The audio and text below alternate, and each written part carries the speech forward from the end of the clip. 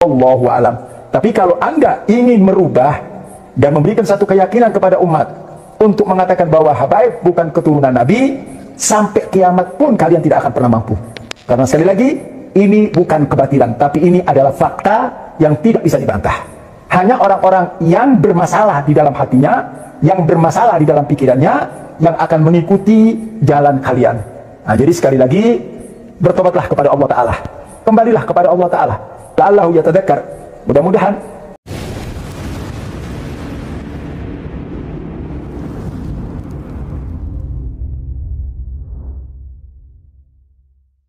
Assalamualaikum warahmatullahi wabarakatuh. Bismillah, walhamdulillah, wassalatu wassalam ala rasulillah Muhammadin abdillah wa ala alihi wa sahbihi wa man wala. Kembali saya ingin mengingatkan dan sekaligus memberikan sebuah nasihat kepada saudara kita semuanya, yaitu Kiai Haji Imaduddin Al-Bantani beserta rekan-rekannya. Di situ ada Gus Abbas Buntet, kemudian ada Gus Pleret, begitu juga Bang Haji Umairama, yang saya perhatikan di akhir-akhir ini secara terus-menerus, bahkan tak pernah putus untuk membahas tentang masalah nasab, terutama nasab Ba'alawi. Saya ingin menyampaikan, sudahlah kalian berhenti untuk membodohi umat, untuk memberikan pemahaman kepada umat. Sampai kapanpun kalian tidak akan pernah bisa merobohkan dan menghancurkan pemahaman yang ada pada masyarakat bahwa para habaib adalah keturunan baginda Nabi kita Muhammad SAW.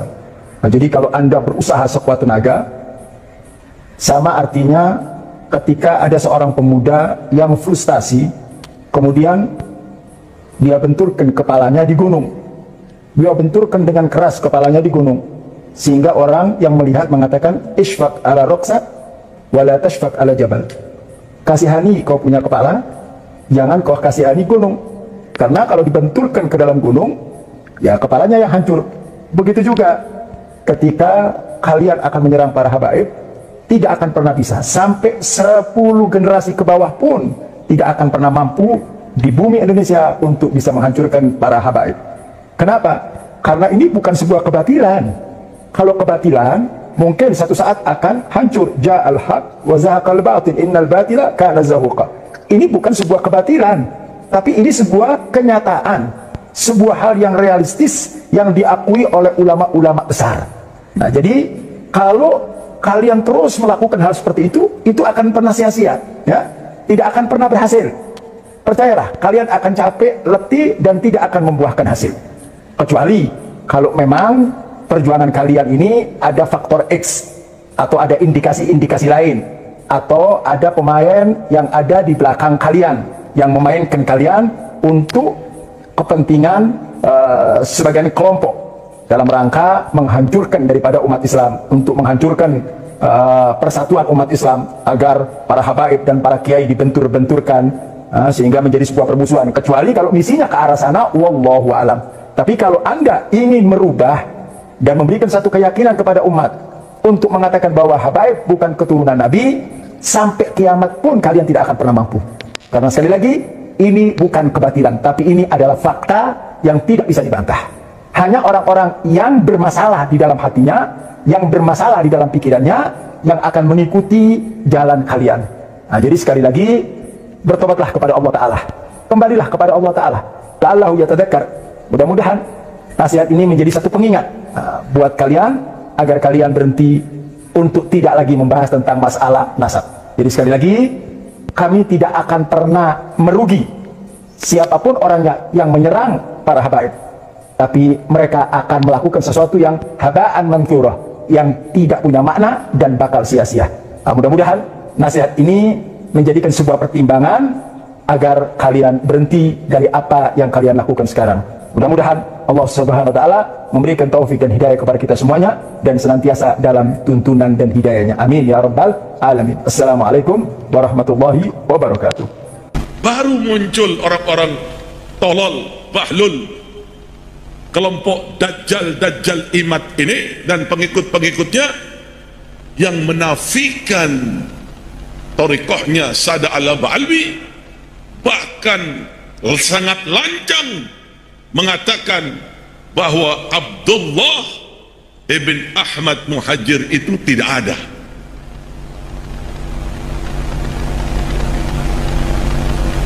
Apakah para kiai sepuh itu tidak mengetahui? Mereka mengetahui sejarah. Para kiai sepuh itu orang-orang yang jenius. Kiai Hashim Ash'ari, Kiai Ahmad Dahlan, Kiai Hamid, Kiai Holil Bangkalan, Kiai Alawi, Kiai Hasan Ginggung. Mereka adalah ulama-ulama yang berpikiran jenius. Mereka bukan tidak tahu nasab, tahu. Bahkan dengan kewaliannya pun dia dapat mencium darah Rasulullah di dalam diri seseorang, yang pernah dilakukan oleh Kiai Hasan Ginggung dan para wali-wali yang lain. Lalu apakah benar Habib perkataan-perkataan mereka yang mengatakan Abdullah bin Ahmad Muhajir itu tidak ada? Ini semua karangan-karangan Dajjal Imaduddin dan pengikut-pengikutnya. Tolong perhatikan. Siap mau dengar? Siap mau dengar? Siap mau dengar? Perhatikan, ini kitab abad keempat. Ini abad keempat. Kitab yang paling tertua, yang ditulis Ibnu Taba, abad keempat. Saya akan berbicara tentang nasab Alawi yang saya telah simpulkan sebagai nasab yang mardudun, batilun, ghairu sahihin, munqati'un. Nasab yang batal, nasab yang tidak sahih, nasab yang munqati'. Berlandaskan apa saya menyatakan bahwa nasab Alawi adalah nasab yang batil, nasab yang mardud, nasab yang tidak sahih, nasab yang munqati'? Paling tidak tadi saya telah coret-coret ada 15 poin yang akan saya sampaikan terkait dengan batalnya nasab Alawi pada kesempatan yang berbahagia ini. Pertama, nasab Alawi terputus karena Ubaidillah tidak terbukti sebagai anak Ahmad berdasar kitab-kitab yang sejaman. Tidak ada kitab-kitab yang sejaman yang menyatakan bahwa Ubaidillah ini adalah sebagai anak daripada Ahmad bin Isa. Ahmad bin Isa wafat pada 345 Hijriah. Kitab-kitab nasab yang banyak ditulis ketika itu abad ke-4, ke-5, ke-6, ke-7, ke-8 dan ke-9 tidak mencatat nama Ubaidillah merupakan anak daripada Ahmad. Ahmad bin Isa tidak terbukti hijrah ke Yaman berdasarkan kitab-kitab abad ke-5 sampai abad ke-9.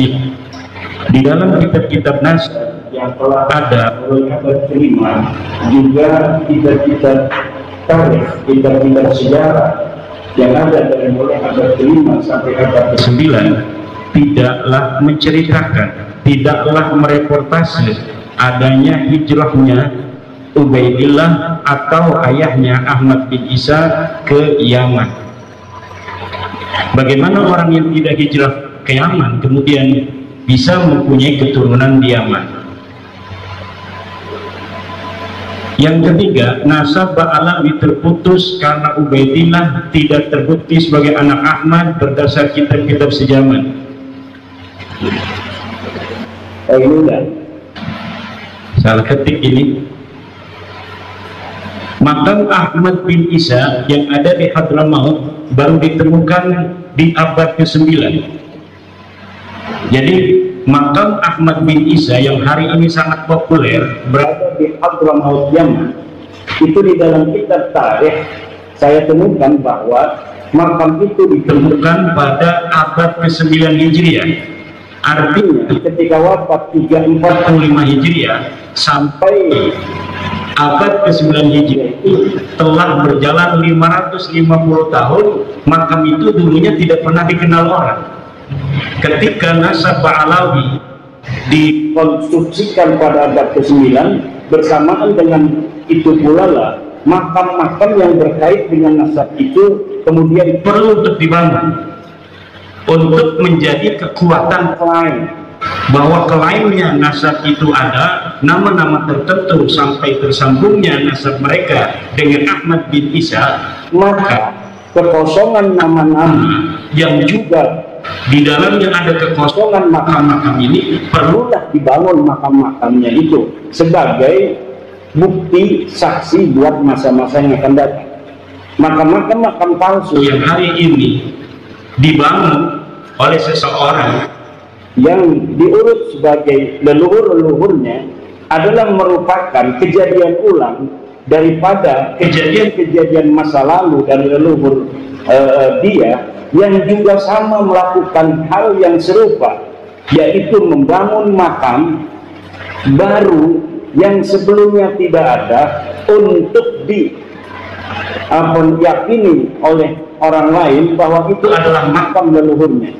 Bagaimana pengurutan nasabnya ini sampai Ahmad bin Isa ada dibuktikan dengan makam yang kemudian dibangun, diberikan tanggal, diberikan titik mangsa sesuai dengan titik mangsa orang-orang yang diklaim ada pada abad itu, padahal orang-orang itu pun tidak ada, sebagaimana makam itu pun dulunya tidak ada.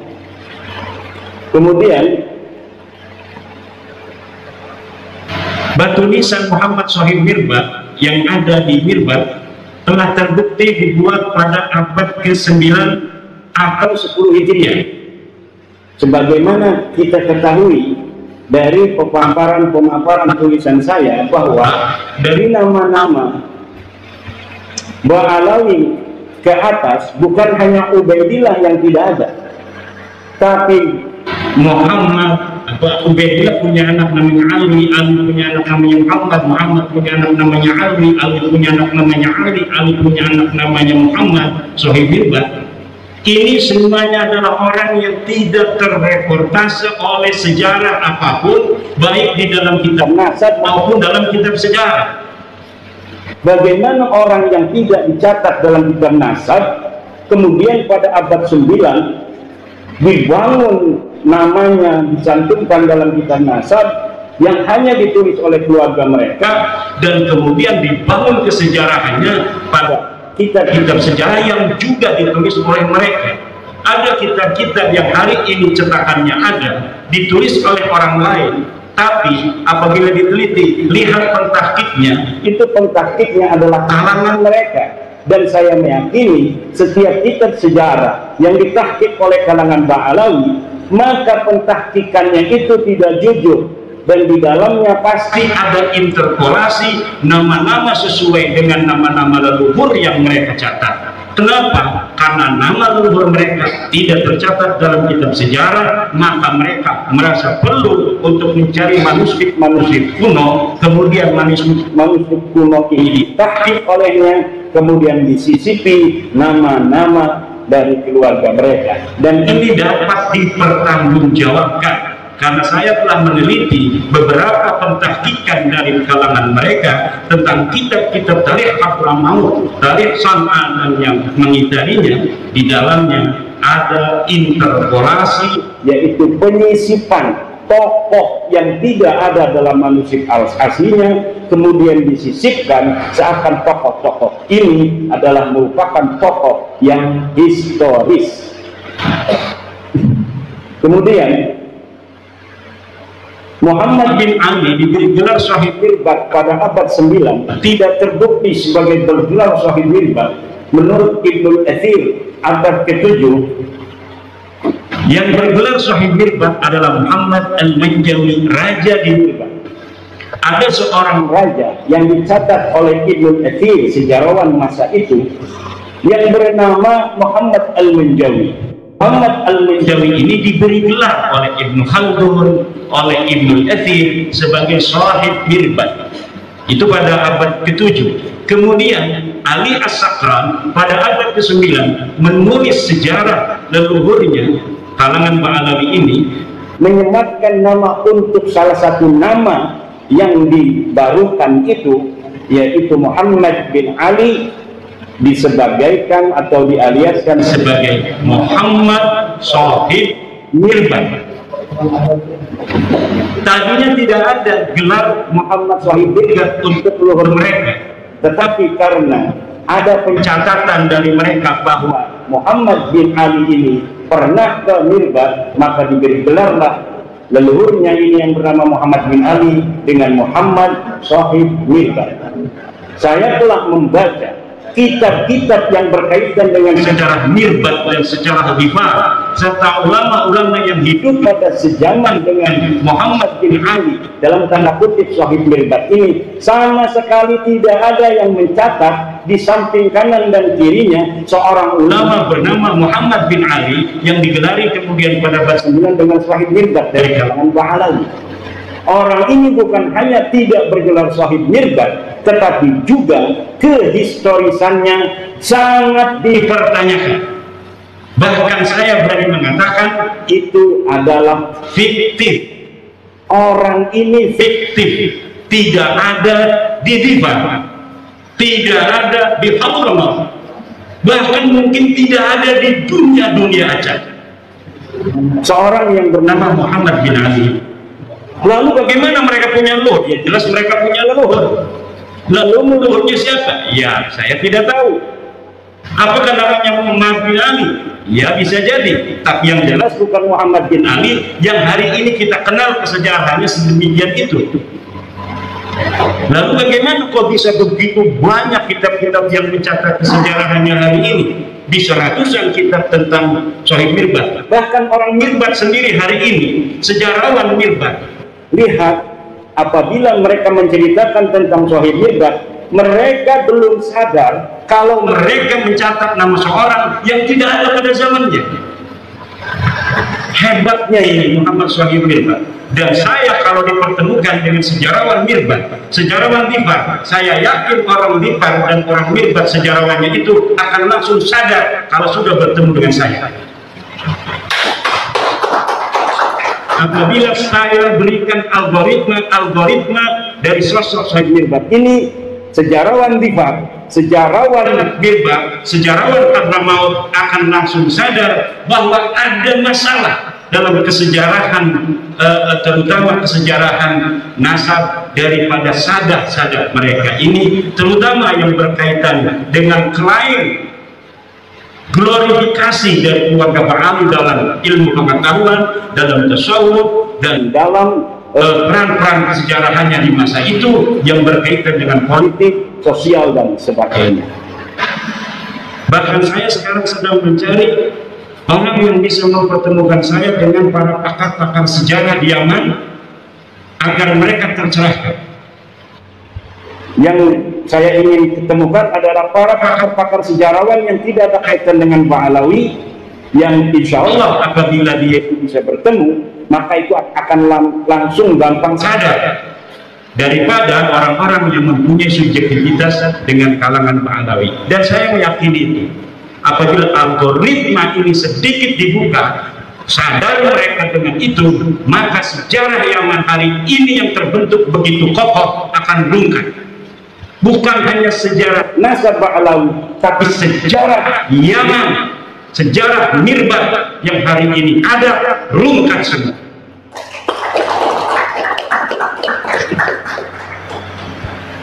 Kemudian Abdullah bin Shahid Mirbat yang tercatat dalam kitab Al-Durar abad 10 sebagai anak Shahid Mirbat yang mendapat ijazah dari Muhammad Al-Qala'i adalah fiktif.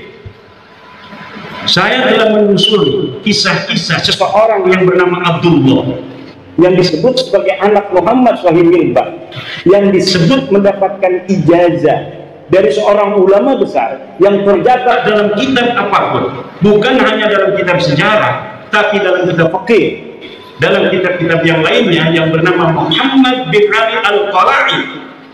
Muhammad bin Ali Al-Qala'i seorang ulama besar di Mirbat yang hidup sejaman dengan tokoh fiktif Muhammad Sahib Mirbat. Ini dikatakan dia memberikan ijazah kepada seseorang bernama Abdullah, Syarif Abdullah. Kemudian Syarif Abdullah ini disebutkan sebagai anak daripada Muhammad Sahib Mirbat Ba'alawi. Saya meyakini nama ini bukan untuk Abdullah bin Muhammad Sahib Mirbat.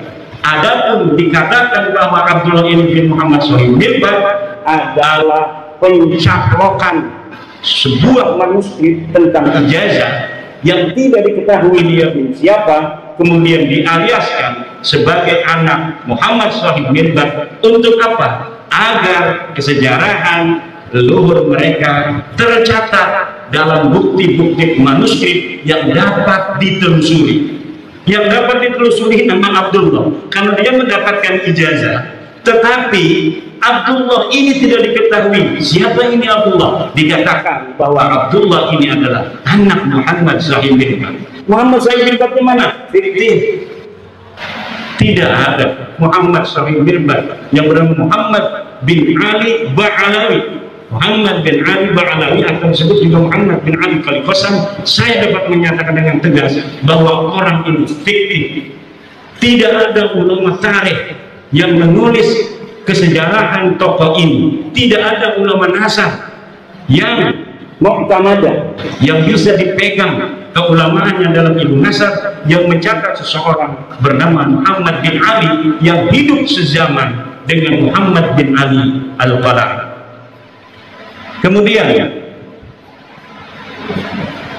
jadi yang terdapat dalam kitab As-Suluk tidak terbukti sebagai saudara dari Alwi.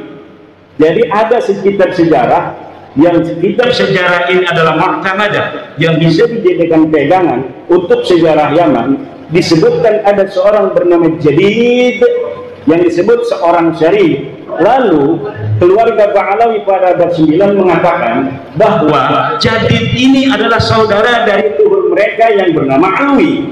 Dengan demikian kekosongan kesejarahan mereka dalam kitab-kitab tarikh itu mudah-mudahan menurut mereka bisa terpenuhi dengan adanya nama Jadid yang dicatat dalam kitab As-Suluk. Bagaimana caranya? Dengan mengakui Jadid ini sebagai saudara dari leluhur mereka yang bernama Alwi. Dan ini pun nanti akan terjadi pada seorang ulama bernama Salim bin Basri, yang kemudian Salim bin Basri ini yang tercatat dalam kitab-kitab sejarah itu diambil namanya, dialiaskan bapaknya yang bernama Basri sebagai saudara daripada Alwi. Jadi dari sini ngambil supaya kuat. Ternyata yang diambil ini polanya sama. Setelah diambil namanya sebagai bagian dari keluarga mereka, lihat hari ini dalam kitab Syamsul Dhahirah, orang-orang yang tercatat dalam sejarah ini diingkirkan, dikatakan bahwa mereka tidak mempunyai keturunan. Nama Abdullah bin Sahib Mirbat inqarada, tidak punya keturunan. Lihat Jadid inqarada fi al-qarnis fi akhir qarnis sitti, dia ingkirat di akhir abad 6. Kemudian lihat Salim bin Basri, demikian pula dikatakan bahwa keturunannya ingkirat pada akhir abad ke-6. Semua orang-orang yang ada di dalam buku-buku tarikh, dalam buku-buku sejarah yang diambil nilai-nilai sejarahnya, kemudian sosok keturunannya dikatakan tidak.